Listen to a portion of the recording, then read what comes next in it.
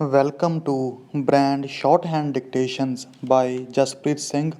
ਅੱਜ ਅਸੀਂ ਤੁਹਾਡੇ ਨਾਲ ਐਸ ਬੋਰਡ ਦੁਆਰਾ 2016 ਵਿੱਚ ਸਟੈਨੋ ਟਾਈਪਿਸਟ ਦੀਆਂ ਅਸਾਮੀਆਂ ਲਈ ਲਏ ਗਏ ਪੇਪਰ ਦਾ ਪੈਰਾ ਸਾਂਝਾ ਕਰਨ ਜਾ ਰਹੇ ਹਾਂ।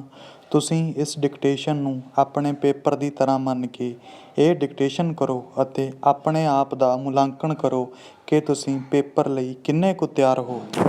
B ready, start. 1872 ਵਿੱਚ ਪੁਲਾੜ ਅਤੇ ਪੁਲਾੜ ਕਮਿਸ਼ਨ ਦੇ ਵਿਭਾਗਾਂ ਦੀ ਸਥਾਪਨਾ ਕੀਤੀ ਗਈ ਸੀ ਤਾਂ ਕਿ ਕੌਮੀ, ਸਮਾਜਿਕ ਅਤੇ ਆਰਥਿਕ ਮਸਲਿਆਂ ਲਈ ਪੁਲਾੜ ਤਕਨਾਲੋਜੀ ਦੀ ਸਹੀ ਵਰਤੋਂ ਕੀਤੀ ਜਾ ਸਕੇ। ਡੰਡੀ ਪੁਲਾੜ ਕਮਿਸ਼ਨ ਦਾ ਮੁੱਖ ਕੰਮ ਬਾਹਰੀ ਪੁਲਾੜ ਸੰਬੰਧੀ ਸਰਕਾਰੀ ਨੀਤੀਆਂ ਦੇ ਫੈਸਲਿਆਂ ਨੂੰ ਲਾਗੂ ਕਰਨਾ ਅਤੇ ਬਜਟ ਬਣਾਉਣਾ ਸੀ। ਡੰਡੀ ਫਿਰ ਵੀ ਇਸ ਵਿਭਾਗ ਨੇ ਆਪਣੇ ਵੱਖ-ਵੱਖ 5 ਪੁਲਾੜ ਕੇਂਦਰਾਂ ਰਾਹੀਂ ਪੁਲਾੜ ਪ੍ਰਾਪਤੀਆਂ ਕਰਨ ਲਈ ਨਵੀਆਂ ਨੀਤੀਆਂ ਨੂੰ ਉਤਸ਼ਾਹਿਤ ਕੀਤਾ। ਡੰਡੀ ਕੇਰਲ ਵਿੱਚ ਤ੍ਰਿਵੈਂਡਰਮ ਨੇੜੇ ਬੁੰਥਾ ਵਿਗਿਆਨ ਕੇਂਦਰ ਇਸ ਕੰਮ ਵਿੱਚ ਬੜਾ ਅਹਿਮ ਰੋਲ ਅਦਾ ਕਰ ਰਿਹਾ ਹੈ। ਡੰਡੀ ਬੰਗਲੌਰ ਵਿਚਲਾ ਕੇਂਦਰ ਭਾਰਤੀ ਵਿਗਿਆਨ ਖੋਜ ਸੰਸਥਾ ਦੇ ਉਪਗ੍ਰਹਿਆਂ ਲਈ ਵਿਉਂਤਬੰਦੀ ਤੇ ਡਿਜ਼ਾਈਨ ਤਿਆਰ ਕਰਦਾ ਹੈ। ਡੰਡੀ ਇੱਥੇ ਕੇਂਦਰ ਨੇ RSD-2, ਭਾਸਕਰ-2 ਅਤੇ ਐਪਲ ਉਪਗ੍ਰਹਿ ਤਿਆਰ ਕੀਤੇ ਹਨ। ਡੰਡੀ ਦੱਸਿਆ ਜਾਂਦਾ ਹੈ ਕਿ ਸੋਵੀਅਤ ਵਿਗਿਆਨ ਕੇਂਦਰ ਵਿੱਚ ਕੰਮ ਕਰਨ ਵਾਲੇ ਇਨ੍ਹਾਂ ਭਾਰਤੀ ਵਿਗਿਆਨੀਆਂ ਦੀ ਯੋਗਤਾ ਤੋਂ ਬੜੇ ਪ੍ਰਭਾਵਿਤ ਹੋਏ। ਡੰਡੀ ਇਸੇ ਤਰ੍ਹਾਂ ਗੁਜਰਾਤ ਪ੍ਰਾਂਤ ਵਿੱਚ ਅਹਿਮਦਾਬਾਦ ਵਾਲਾ ਪੁਲਾੜ ਕੇਂਦਰ ਪੁਲਾੜ ਸੰਬੰਧੀ ਪ੍ਰਾਜੈਕਟਾਂ ਨੂੰ ਨੇਪਰੇ ਚਾੜ੍ਹਨ ਵਿੱਚ ਅਤੇ ਖੋਜ ਖੇਤਰ ਵਿੱਚ ਸਹੀ ਹੁੰਦਾ ਹੈ। ਡੰਡੀ ਇਸੇ ਤਰ੍ਹਾਂ ਹੀ ਬੰਗਲੌਰ ਤੇ ਤ੍ਰਿਵੈਂਡਰਮ ਵਿੱਚ ਸਥਿਤ ਸਿਸਟਮ ਯੂਨਿਟ ਉਪਗ੍ਰਹਿ ਲਈ ਤਿਆਰ ਕੀਤੇ ਜਾਣ ਵਾਲੇ ਮੁਕੰਮਲ ਸਾਜ਼ ਸਾਮਾਨ ਦਾ ਡਿਜ਼ਾਈਨ, ਉਸਦੀ ਤਿਆਰੀ ਅਤੇ ਸਪਲਾਈ ਆਦਿ ਦਾ ਕੰਮ ਕਰਦਾ ਹੈ। ਡੰਡੀ ਹਾਂਜੀ ਦੋਸਤੋ, ਸਹੀ 2 ਮਿੰਟ ਬਾਅਦ ਅਗਲਾ ਪੈਰਾ ਬੋਲਿਆ ਜਾਵੇਗਾ। ਤੁਸੀਂ ਉਦੋਂ ਤੱਕ ਪਿਛਲੇ ਪੈਰੇ ਦੀ ਆਊਟਲਾਈਨ ਵਗੈਰਾ ਚੈੱਕ ਕਰ ਲਓ।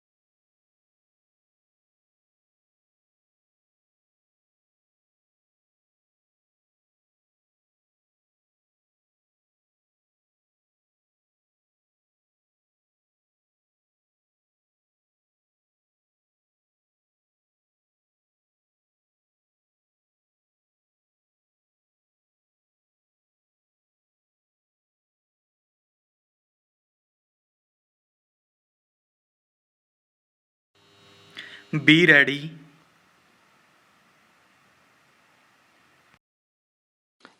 ਪੈਰਾ ਚੇਂਜ। ਭਾਰਤ ਨੇ ਭਾਵੇਂ ਪੁਲਾੜ ਖੇਤਰ ਵਿੱਚ ਪ੍ਰਾਪਤੀਆਂ ਕੀਤੀਆਂ ਹਨ, ਪਰ ਫਿਰ ਵੀ ਇਸ ਵੱਲੋਂ ਉਨ੍ਹਾਂ ਦੇਸ਼ਾਂ ਵੱਲ ਮਿਲਵਰਤਨ ਦਾ ਹੱਥ ਵਧਾਇਆ ਜਾ ਰਿਹਾ ਹੈ ਡੰਡੀ, ਜਿੱਥੇ ਇਹ ਇਸ ਨੂੰ ਪ੍ਰਾਪਤ ਹੋ ਸਕਦੀ ਹੈ ਡੰਡੀ। ਭਾਰਤ ਦੀ ਇਸ ਨੀਤੀ ਦੇ ਦੋ ਮੁੱਖ ਉਦੇਸ਼ ਹਨ ਡੰਡੀ। ਪਹਿਲਾ ਇਹ ਕਿ ਇਸ ਨਾਲ ਭਾਰਤੀ ਵਿਗਿਆਨੀਆਂ ਤੇ ਇੰਜੀਨੀਅਰਾਂ ਨੂੰ ਉਹ ਨਵੀਨਤਮ ਤਕਨੀਕੀ ਜਾਣਕਾਰੀ ਮਿਲ ਸਕੇਗੀ ਜਿਸ ਤੋਂ ਉੱਪਰ ਉਹ ਵਾਂਝੇ ਰਹਿੰਦੇ ਹਨ ਡੰਡੀ। ਦੂਸਰਾ ਇਹ ਕਿ ਇਸ ਨਾਲ ਭਾਰਤ ਇਸ ਖੇਤਰ ਵਿੱਚ ਹੋਰ ਅੱਗੇ ਵਧਣ ਦੇ ਸਮਰੱਥ ਹੋਵੇਗਾ ਡੰਡੀ।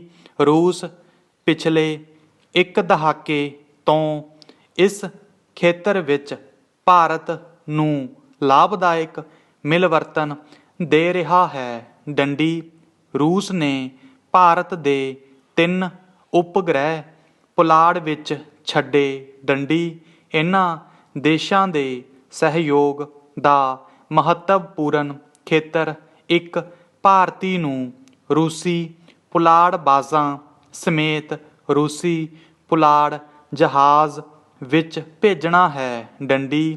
ਇਹਨਾਂ ਦੋਹਾਂ ਦੇਸ਼ਾਂ ਵਿੱਚ ਪੁਲਾੜ ਲਈ ਤਜਵੀਜ਼ ਸ਼੍ਰੀ ਬ੍ਰੈਜ਼ਨੇਵ ਨੇ ਖੁਦ ਪੇਸ਼ ਕੀਤੀ ਸੀ ਡੰਡੀ।